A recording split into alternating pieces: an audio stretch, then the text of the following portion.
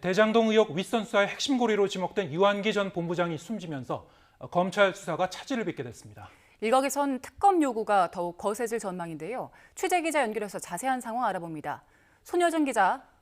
네, 서울중앙지검입니다. 네, 앞으로 검찰이 관련 수사를 어떻게 이끌어 나갈지 관심이 모아지고 있는데 어떻게 관측되고 있습니까?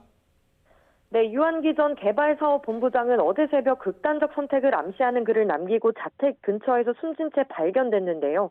유 전 본부장은 성남도시개발공사 재직 당시 이른바 유원으로 불리던 유동규 전 기획본부장에 이어 유투로 불리며 2인자로 통했던 인물입니다. 대장동 민간사업자 선정 과정에선 1차 평가위원장도 맡았었는데요. 윗선 수사의 핵심 고리로 지목되며 그동안 참고인 신분으로 1번, 피의자 신분으로 2번 검찰 조사를 받았습니다. 특히 유 전 본부장은 2015년 황무성 초대사장의 사퇴를 종용했다는 의혹을 받아왔습니다. 당시 이재명 성남시장과 정진상 정책실장을 여러 차례 언급한 녹음 파일이 드러나 성남시와 도시개발공사를 잇는 다리 역할을 유 전 본부장이 한 게 아니냐는 의심을 받아왔는데요. 또 유 전 본부장은 지난 2014년 남욱 변호사와 정영학 회계사로부터 대장동 개발 예정지에 대한 환경 영향평가 로비 명목으로 2억 원의 뒷돈을 챙긴 혐의도 받고 있습니다. 검찰은 유 전 본부장의 구속영장을 청구하면서 이 뇌물 혐의만 먼저 적용했는데 비교적 명확한 혐의로 신병을 확보한 뒤 사퇴 압박 의혹 등 수사를 확대할 방침이었습니다.